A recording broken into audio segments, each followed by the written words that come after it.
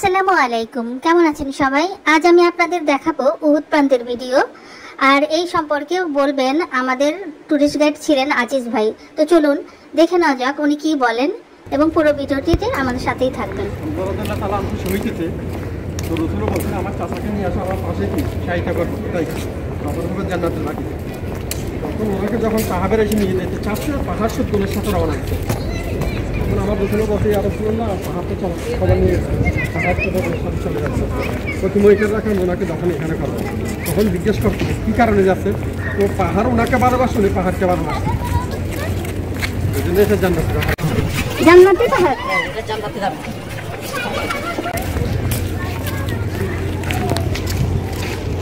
এটা হচ্ছে উহুদের যুদ্ধের ময়দান। এখানে 70 জন সাহাবী শহীদ হয়েছে। হযরত হামজা রাদিয়াল্লাহু তাআলার কবর হচ্ছে না, ওই যে একটা পাথর দেওয়া আছে না আটা, আর 70 জন সাহাবী কবর এখানে কারো কাছে নিশানা নেই।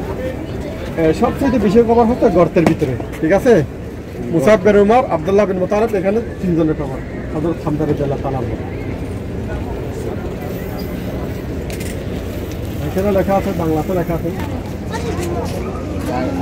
এখানকার বোর্ডগুলোতে উহুদ প্রান্ত সম্পর্কে এবং এর ইতিহাস সম্পর্কে বিভিন্ন তথ্য দেওয়া আছে। এখানে বিভিন্ন দেশের ভাষা দিয়ে এই বোর্ডগুলো লেখা আছে। তবে সব ভাষার মধ্যে আমার বাংলা ভাষা দেখে খুব ভালো লাগছিল, কারণ সৌদি আরবে এসে আমার বাংলা ভাষার বোর্ড দেখা আসলে ফিলিংসটাই ছিল অন্যরকম।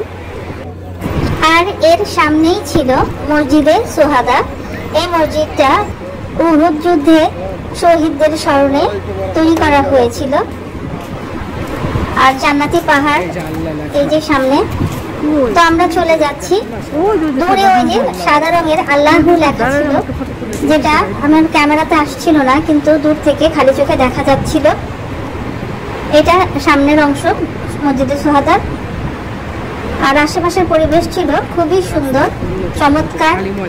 আকাশে খন্ড খন্ড মেঘ। তো আজ এই পর্যন্তই। সবাই ভালো থাকবেন, সুস্থ থাকবেন। আল্লাহ হাফেজ।